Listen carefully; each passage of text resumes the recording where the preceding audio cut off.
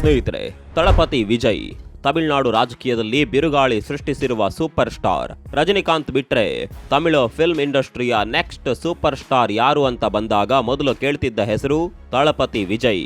Kannada box ಆಫೀಸ್ಗೆ ದರ್ಶನ್ ಹೇಗೋ ತಮಿಳಿಗೆ ವಿಜಯ್ ಹಾಗೆ. ಆದ್ರೆ ಆಯ್ಕೆ ಮಾಡ್ಕೊಂಡಿದ್ದು ಮಾತ್ರ ಸೂಪರ್ ಸ್ಟಾರ್ ಪಟ್ಟವನ್ನಲ್ಲ, ರಾಜಕೀಯವನ್ನ. ಈಗಲ್ಲಿ ವಿಧಾನಸಭಾ ಚುನಾವಣೆ ಮುಗಿದು ಎಕ್ಸಿಟ್ ಪೋಲ್ಗಳನ್ನ ನೋಡಿದ್ರೆ ಶಾಕ್ ಆಗ್ತಿದೆ. ನಿನ್ನೆ ಮೊನ್ನೆ ಪಕ್ಷ ಕಟ್ಟಿದ ವಿಜಯ್ ಒಂದು ಕಿಂಗ್ ಆಗ್ತಾರೆ ಅಥವಾ ಕಿಂಗ್ ಮೇಕರ್ ಆಗೋದು ಗ್ಯಾರಂಟಿ ಅನ್ನುವ ಸಿಚುವೇಶನ್ ಕ್ರಿಯೇಟ್ ಆಗಿದೆ. ದಶಕಗಳಿಂದ ಸರದಿಯಲ್ಲಿ ಅಧಿಕಾರ ಹಿಡಿತಿದ್ದ AIADMK ಅಂದ್ರೆ ಆಲ್ ಇಂಡಿಯಾ ಅಣ್ಣಾ ದ್ರಾವಿಡ ಮುನ್ನೇತ್ರ ಕಳಗಂ ಅಂದ್ರೆ ಜಯಲಲಿತಾ ಪಾರ್ಟಿ, ವಿಜಯ್ರ TVK ಅಥವಾ ತಮಿಳಿಗ ವೆಟ್ರಿ ಕಳಗಂ ಜೊತೆ ಮೈತ್ರಿ ಮಾತುಕತೆಗೆ ಎದುರು ನೋಡಿದೆ. ಅಂದ್ರೆ ತಮಿಳುನಾಡಿನಲ್ಲಿ ವಿಜಯ್ ಎಬ್ಬಿಸಿರುವ ಸುನಾಮಿ ಎಂತದ್ದು ಯೋಚನೆ ಮಾಡಿ. ದಶಕಗಳಿಂದ ತಮಿಳುನಾಡು ಅಂದ್ರೆ ಈಗ ಸಿಎಂ ಆಗಿರುವ ಸ್ಟಾಲಿನ್ ಅವರ DMK ಹಾಗೂ ಮಾಜಿ ಸಿಎಂ ಜಯಲಲಿತಾ ಅವರ AIADMK ನಡುವಿನ ಜಿದ್ದಿನ ವೇದಿಕೆ. ಹೀಗಂತಲೇ ಇಡೀ ದೇಶ ಅಂದ್ಕೊಂಡಿತ್ತು ಕಾಂಗ್ರೆಸ್ ಬಿಜೆಪಿ ಅಂತಹ ರಾಷ್ಟ್ರೀಯ ಪಕ್ಷಗಳು ಕೇಂದ್ರದಲ್ಲಿ ಅಧಿಕಾರ ಹಿಡಿದ್ರು ತಮಿಳುನಾಡಿನಲ್ಲಿ ಈ ಪ್ರಾದೇಶಿಕ ಪಕ್ಷಗಳನ್ನ ಅಲ್ಲುಗಾಡಿಸೋದಕ್ಕೂ ಕೂಡ ಸಾಧ್ಯ ಆಗ್ತಾ ಇರಲಿಲ್ಲ. ಆದ್ರೆ ಇವತ್ತು ಮತ್ತೊಂದು ಪ್ರಾದೇಶಿಕ ಪಕ್ಷ ಅಲ್ಲಿ ಅಕ್ಷರಶಃ ಸುನಾಮಿ ಎಬ್ಬಿಸಿದೆ. ತಳಪತಿ ವಿಜಯ್ ಅನ್ನುವ ಒಬ್ಬ ವ್ಯಕ್ತಿ ಸೃಷ್ಟಿಸಿರುವ ಪೊಲಿಟಿಕಲ್ ಸುನಾಮಿ ಇದು. Axis my India exit poll ಬಂದಿದ್ದೇ ತಡ. ಇಡೀ ಇಂಡಿಯಾದ ರಾಜಕೀಯ ಲೆಕ್ಕಾಚಾರವೇ ಉಲ್ಟಾಪಲ್ಟಾ ಆಗಿದೆ. ಯಾರು ಊಹಿಸದ ಮಟ್ಟಕ್ಕೆ ವಿಜಯ್ ಅವರ ಹವಾ ಕಾಣಿಸ್ತಿದೆ. ದಶಕಗಳ ದ್ರಾವಿಡ ಪಾಲಿಟಿಕ್ಸ್ ನಲ್ಲಿ ಎಂತ ಬಿರುಗಾಳಿ ಎದ್ದಿದೆ ಅನ್ನೋದನ್ನ ಡೀಟೇಲ್ ಆಗಿ ತೋರಿಸ್ತೀವಿ. ಸ್ನೇಹಿತರೆ ನಮಸ್ಕಾರ, ಚರಿತ್ರೆ ಮತ್ತೊಂದು ವಿಡಿಯೋಗೆ ನಿಮ್ಗೆಲ್ಲ ಪ್ರೀತಿಯ ಸ್ವಾಗತ.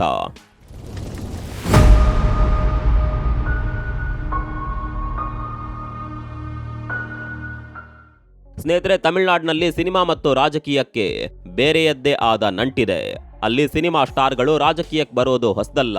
ಆದರೆ ಬಂದ ಮೊದಲ ಪ್ರಯತ್ನದಲ್ಲೇ ಅಧಿಕಾರದ ಸೀಟಿನ ಮೇಲೆ ಟವಲ್ ಹಾಕೋದು ಇದೆಯಲ್ಲ, ಅದು ಸಾಮಾನ್ಯ ವಿಷಯ ಅಲ್ಲ.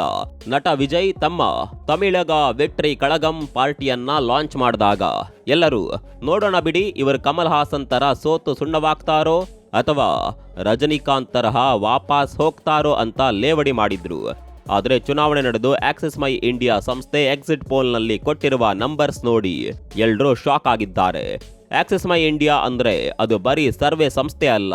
ಕಳೆದ 10 ವರ್ಷಗಳಿಂದ ಅವರ ಪ್ರೆಡಿಕ್ಷನ್ ಎಷ್ಟು ಪರ್ಫೆಕ್ಟ್ ಆಗಿರುತ್ತೆ ಅಂದ್ರೆ ಅವರು ನಂಬರ್ಸ್ ಕೊಟ್ರು ಅಂದ್ರೆ ರಾಜಕೀಯ ನಾಯಕರಿಗೆ ಬೆವರಿಳಿಯೋಕೆ ಶುರುವಾಗುತ್ತೆ. ಈಗ ಅದೇ Axis my India ವಿಜಯ್ಗೆ red carpet ಹಾಕಿದೆ. ಈ ಸಂಸ್ಥೆ ನೀಡಿರುವ ಅಂಕಿಅಂಶಗಳು ಕಣ್ಣುಗುಡ್ಡೆ ಹೊರಗೆ ಬರುವ ಹಾಗೆ ಮಾಡಿದೆ. ನಂಬರ್ 1, ಸೀಟುಗಳ ಲೆಕ್ಕಾಚಾರ. ತಮಿಳುನಾಡಿನ ಒಟ್ಟು 234 ವಿಧಾನಸಭಾ ಕ್ಷೇತ್ರಗಳಲ್ಲಿ ಮ್ಯಾಜಿಕ್ ನಂಬರ್ ಬೇಕಾಗಿರೋದು 118. ಈ ಪೈಕಿ ವಿಜಯ್ ಅವರ TVKಗೆ 98ರಿಂದ 120 ಸ್ಥಾನಗಳು ಸಿಗಬಹುದು ಅಂತ ಆಕ್ಸಿಸ್ ಮೈ ಇಂಡಿಯಾ ಹೇಳ್ತಿದೆ. ಅಂದ್ರೆ ವಿಜಯ್ ಸಿಂಗಲ್ ಲಾರ್ಜೆಸ್ಟ್ ಪಾರ್ಟಿ ಆಗಿ ಹೊರಹೊಮ್ಮುವ ಎಲ್ಲ ಚಾನ್ಸಸ್ ಇದೆ. ಅತ್ತ ಹಾಲಿ ಸಿಎಂ ಸ್ಟಾಲಿನ್ ಅವರ DMK ಮೈತ್ರಿಕೂಟಕ್ಕೆ 92ರಿಂದ 110 ಸ್ಥಾನಗಳು ಮಾತ್ರ ಸಿಗಬಹುದು ಅಂತ ಹೇಳಲಾಗ್ತಾ ಇದೆ. ಅಲ್ಲಿಗೆ ವಿಜಯ್ ಕಿಂಗ್ ಮೇಕರ್ ಆಗೋದು ಅಥವಾ ಸ್ಟಾಲಿನ್ ಅವರನ್ನ ಕೆಳಗಿಳಿಸೋದು ಬಹುತೇಕ ಪಕ್ಕಾ ಆದಂತಿದೆ. ನಂಬರ್ 2, ವೋಟ್ ಶೇರ್ ಆಟ. ಇದು ಇನ್ನೂ ಡೇಂಜರಸ್. ವಿಜಯ್ ಅವರ ಪಕ್ಷಕ್ಕೆ ಎಕ್ಸಿಟ್ ಪೋಲ್ ಪ್ರಕಾರ ಬರೋಬ್ಬರಿ 35% ವೋಟ್ ಶೇರ್ ಸಿಗ್ತಿದೆ. ಅಷ್ಟೇ ಪ್ರಮಾಣದ ವೋಟ್ ಶೇರ್ DMK ಮೈತ್ರಿಕೂಟಕ್ಕೂ ಇದೆ. ಅಂದ್ರೆ ತಮಿಳುನಾಡಿನ ಇತಿಹಾಸದಲ್ಲೇ ಇಂಥದ್ದೊಂದು ಜಿದ್ದಿನ ಫೈಟ್ ಕಂಡಿರಲಿಲ್ಲ.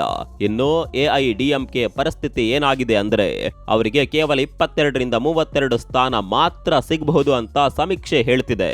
ಅವರ ವೋಟ್ ಶೇರ್ ಕೂಡ 23%ಗೆ ಕುಸಿದಿದೆ. ನಂಬರ್ 3, ಯಾರು ಸಿಎಂ ಆಗಬೇಕು. ಈ ಸರ್ವೆಯಲ್ಲಿ ನಿಮ್ಮ ಮುಂದಿನ ಸಿಎಂ ಯಾರು ಇರಬೇಕು ಅಂತ ಜನರಿಗೆ ಕೇಳಲಾಗಿತ್ತು. ಉತ್ತರ ಕೊಟ್ಟೋರ ಪೈಕಿ 37% ಜನ ವಿಜಯ್ ಅಂತ ಹೇಳ್ತಿದ್ದಾರೆ. ಸ್ಟಾಲಿನ್ ಪರವಾಗಿ ಇರೋದು ಕೇವಲ 35% ಜನ ಮಾತ್ರ. ಅಂದ್ರೆ ವಿಜಯ್ ಅವರು ಪಾಪ್ಯುಲಾರಿಟಿಯಲ್ಲಿ ಈಗಾಗಲೇ ಹಾಲಿ ಸಿಎಂ ಅನ್ನೇ ಓವರ್ಟೇಕ್ ಮಾಡಿದ್ದಾರೆ. ಇದ್ರ ಜೊತೆಗೆ ಇಂಡಿಯಾ ಟುಡೇ ಈಗೊಂದು ಎಕ್ಸ್ಕ್ಲೂಸಿವ್ ವರದಿ ಮಾಡಿದೆ. ಎಕ್ಸಿಟ್ ಪೋಲ್ ಬಂದ 24 ಗಂಟೆ ಒಳಗೇನೆ AIADMK ನಾಯಕರು ಅಂದ್ರೆ ಜಯಲಲಿತಾ ಪಾರ್ಟಿ ನಾಯಕರು ವಿಜಯ್ ಅವರ ಟೀಮ್ ಜೊತೆ ಚರ್ಚೆ ಮಾಡೋದಕ್ಕೆ ಮುಂದಾಗ್ತಿದ್ದಾರಂತೆ. ಯಾಕಂದ್ರೆ AIADMKಗೆ ಈಗಾಗಲೇ ಗೊತ್ತಾಗಿದೆ ನಾವು ಈ ಬಾರಿ ಸೋಲೋದಂತೂ ಪಕ್ಕಾ, ಹಾಗಾಗಿ ಅವರಿಗೆ ಕಿಂಗ್ ಆಗುವ ಚಾನ್ಸ್ ಇಲ್ಲ. ಅಟ್ಲೀಸ್ಟ್ ವಿಜಯ್ ಜೊತೆ ಮೈತ್ರಿ ಮಾಡಿಕೊಂಡು ಕಿಂಗ್ ಮೇಕರ್ ಆಗಿ ಅಧಿಕಾರ ಹಿಡಿಯೋಣ ಅನ್ನೋದು ಎಡಪ್ಪಾಡಿ ಪಳನಿಸ್ವಾಮಿ ಅವರ ಪ್ಲಾನ್. ಸೊ ಈಗ ಓಡಿ ಬಂದು ಜಯಲಲಿತಾ ಪಾರ್ಟಿ ವಿಜಯ್ ಮುಂದೆ ನಿಂತಿದೆ.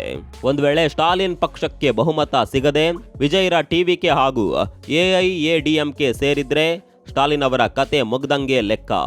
ಆದ್ರೆ ವಿಜಯ್ ಅವರ ನಿಲುವು ಏನು ಅನ್ನೋದು ಈಗಿರುವ $1 ಮಿಲಿಯನ್ ಪ್ರಶ್ನೆ. ಇಲ್ಲಿ ಇನ್ನೊಂದು ಇಂಟ್ರೆಸ್ಟಿಂಗ್ ಲೆಕ್ಕಾಚಾರ ಇದೆ.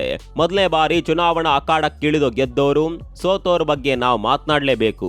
ಬೆಸ್ಟ್ ಎಕ್ಸಾಂಪಲ್ ಅಂದ್ರೆ ಕೇಜ್ರಿವಾಲ್ ಮತ್ತು ಪ್ರಶಾಂತ್ ಕಿಶೋರ್. 2013ರಲ್ಲಿ ಅರವಿಂದ್ ಕೇಜ್ರಿವಾಲ್ ದೆಹಲಿ ಎಲೆಕ್ಷನ್ಗೆ ಬಂದಾಗ ಯಾರು ಕೂಡ ಅವ್ರು ಗೆಲ್ತಾರೆ ಅಂತ ನಂಬಿರ್ಲಿಲ್ಲ.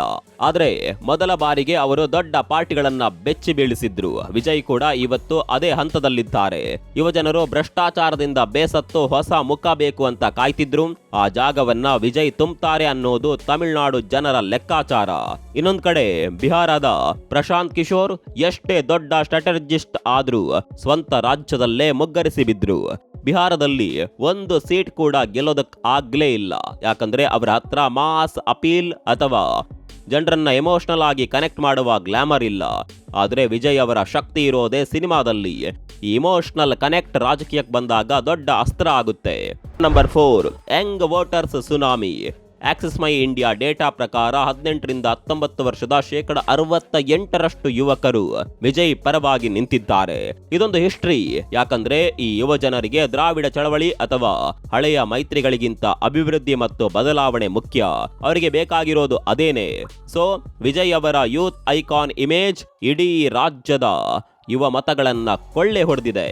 ವಿಜಯ್ರ ಈ ಪಾಪ್ಯುಲಾರಿಟಿಯನ್ನ ಆಕ್ಸಿಸ್ ಮೈ ಇಂಡಿಯಾ ತಮಿಳುನಾಡಿನ ಮಾಜಿ ಸಿಎಂ ಸೂಪರ್ ಸ್ಟಾರ್ ಆಗಿದ್ದ MGR ಹಾಗೂ ಆಂಧ್ರ ಸಿಎಂ ಆಗಿದ್ದ ಮತ್ತೊಬ್ಬ ಸೂಪರ್ ಸ್ಟಾರ್ NT ರಾಮರಾವ್ ಅವರಿಗೆ ಹೋಲಿಸುತ್ತಿದ್ದಾರೆ. MGR ಕೂಡ DMKಯಿಂದ ಹೊರಬಂದಾಗ ವಿಜಯ್ ಎದುರಿಸುತ್ತಿರುವ ತರಾನೇ ಟೀಕೆಗಳನ್ನ ಎದುರಿಸುತ್ತಿದ್ರು. MGR ಕೂಡ ಮಹಿಳೆಯರು ಮತ್ತು ಯುವಕರನ್ನ ತಮ್ಮ ಮಕ್ಕಳ ಇಯಕ್ಕಂ ಅಂದ್ರೆ ಜನರ ಚಳವಳಿ ಅನ್ನುವ ಚಳವಳಿ ಮೂಲಕ ಸೆಳೆದಿದ್ರು. ವಿಜಯ್ ಇವತ್ತು ಅದೇ ರೀತಿ ಅಬ್ಬರಿಸುತ್ತಿದ್ದಾರೆ. ಚೆನ್ನೈ ಅಂದ್ರೆ ಅದು DMKಯ ಕೋಟೆ. ಆ ಕೋಟೆಯನ್ನೇ ಭೇದಿಸೋದು ಅಂದ್ರೆ ಸಾಮಾನ್ಯ ಮಾತಲ್ಲ. ಹಿಂದೆ MGR ಸಿನಿಮಾ ಇಮೇಜ್ ಬಳಸಿ ಹೇಗೆ ಜನಪದ ನಾಯಕರಾದ್ರು, ವಿಜಯ್ ಕೂಡ ಈಗಾಗಲೇ ಅದೇ ಹಾದಿಯಲ್ಲಿ ಹೋಗ್ತಿದ್ದಾರೆ. ಅವರ ಸಿನಿಮಾಗಳಲ್ಲಿ ಸೈಲೆಂಟ್ ಆಗಿ ಸೋಷಿಯಲ್ ಮೆಸೇಜ್ ಕೂಡ ಕೊಡ್ತಿದ್ರು. ಈಗ ಅದನ್ನ ರಾಜಕೀಯಕ್ಕೆ ಟರ್ನ್ ಮಾಡಿದ್ದಾರೆ. ವಿಜಯ್ ಪಕ್ಷ ಕಟ್ಟಿ ಜಸ್ಟ್ 2 ವರ್ಷ ಆಗಿದೆ. ಆದ್ರೆ ಅವರ ಫ್ಯಾನ್ಸ್ ಕ್ಲಬ್ ಕೆಲಸ ಮಾಡ್ತಿರೋದು 20 ವರ್ಷಗಳಿಂದ. ಕರ್ನಾಟಕದಲ್ಲೂ ವಿಜಯ್ ಫ್ಯಾನ್ಸ್ ಇದ್ದಾರೆ. ಆದ್ರೆ ತಮಿಳುನಾಡಿನಲ್ಲಿ ಅವರು ಒಂದು ಸೈನ್ಯದ ರೀತಿ ಇದ್ದಾರೆ. ವಿಜಯ್ ಅವರು ಪ್ರತಿ ಜಿಲ್ಲೆಯಲ್ಲೂ ಇರುವ ತಮ್ಮ ಅಭಿಮಾನಿಗಳಿಗೆ ನೀವು ಬರೀ ಬ್ಯಾನರ್ ಹಚ್ಚೋದಲ್ಲ, ಜನರ ಕಷ್ಟಕ್ಕೆ ಹೋಗಿ ನಿಲ್ಲಿ ಅಂತ ಮೊದಲೇ ಹೇಳಿದ್ರು.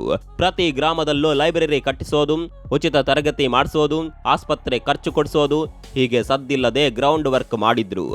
ಈಗ ಅದೆಲ್ಲ ಎಲೆಕ್ಷನ್ ನಲ್ಲಿ ರಿಫ್ಲೆಕ್ಟ್ ಆಗುವ ರೀತಿ ಕಾಣಿಸ್ತಿದೆ. ಇನ್ನು ಈ ಎಕ್ಸಿಟ್ ಪೋಲ್ ವಿಚಾರ ಬರೀ ತಮಿಳುನಾಡಿನಲ್ಲಿ ಮಾತ್ರ ಸದ್ದು ಮಾಡ್ತಿಲ್ಲ, ರಾಷ್ಟ್ರ ರಾಜಕೀಯವನ್ನ ತನ್ನತ್ತ ಸೆಳೆದಿದೆ. ಬಿಜೆಪಿ ಅಣ್ಣಾಮಲೈ ನೇತೃತ್ವದಲ್ಲಿ ತಮಿಳುನಾಡಿನಲ್ಲಿ ದೊಡ್ಡ ಮಟ್ಟದಲ್ಲಿ ಪಕ್ಷ ಕಟ್ಟುವ ಪ್ಲಾನ್ ಮಾಡ್ತಿತ್ತು. ಆದ್ರೆ ವಿಜಯ್ ಬಂದು ಅಲ್ಪ ಸ್ವಲ್ಪ ಇದ್ದ ಬಿಜೆಪಿಯ ವೋಟ್ ಬ್ಯಾಂಕ್ ಅನ್ನ ತಮ್ಮತ್ತ ಶಿಫ್ಟ್ ಮಾಡ್ಕೊಂಡಿದ್ದಾರೆ. ಒಂದ್ ವೇಳೆ ವಿಜಯ್ ಗೆದ್ದು ಸಿಎಂ ಆದ್ರೆ ದಕ್ಷಿಣ ಭಾರತದ ರಾಜಕೀಯದಲ್ಲಿ ಹೊಸ ಧ್ರುವೀಕರಣ ಶುರುವಾಗೋದ್ರಲ್ಲಿ ಯಾವುದೇ ಡೌಟ್ ಇಲ್ಲ. ಒಂದ್ ವೇಳೆ ಯಾವ ಪಾರ್ಟಿಗೂ ಮ್ಯಾಜಿಕ್ ನಂಬರ್ ಸಿಗ್ಲಿಲ್ಲ ಅಂದ್ರೆ, 120 ದಾಟ್ಲಿಲ್ಲ ಅಂದ್ರೆ ವಿಜಯ್ ಕಿಂಗ್ ಮೇಕರ್ ಆಗೋದು ಗ್ಯಾರಂಟಿ ಅಂತಲೇ ಹೇಳ್ಬಹುದು. AIADMK ಸಪೋರ್ಟ್ ತೆಗೆದುಕೊಂಡು ಅಥವಾ DMKಗೆ ಶಾಕ್ ಕೊಟ್ಟು ಅಸೆಂಬ್ಲಿಯಲ್ಲಿ ಡಾಮಿನೇಟ್ ಮಾಡುವ ಚಾನ್ಸ್ ಇದೆ. ವಿಜಯ್ ತಮಿಳುನಾಡಿನ ಗದ್ದುಗೆ ಏರುವ ಚಾನ್ಸ್ ಇದೆ.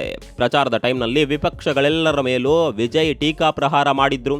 ಯಾರ ಜೊತೆನೂ ಮೈತ್ರಿ ಮಾಡ್ಕೊಳ್ಳಲ್ಲ ಅಂತ ಹೇಳಿದ್ರು. ಆದ್ರೆ ಯಾರಿಗೂ ಬಹುಮತ ಬರಲಿಲ್ಲ ಅಂದ್ರೆ ಮೈತ್ರಿ ಮಾಡ್ಕೊಳ್ಳೋದೇ ಬೇರೆ ದಾರಿ ಇರಲ್ಲ.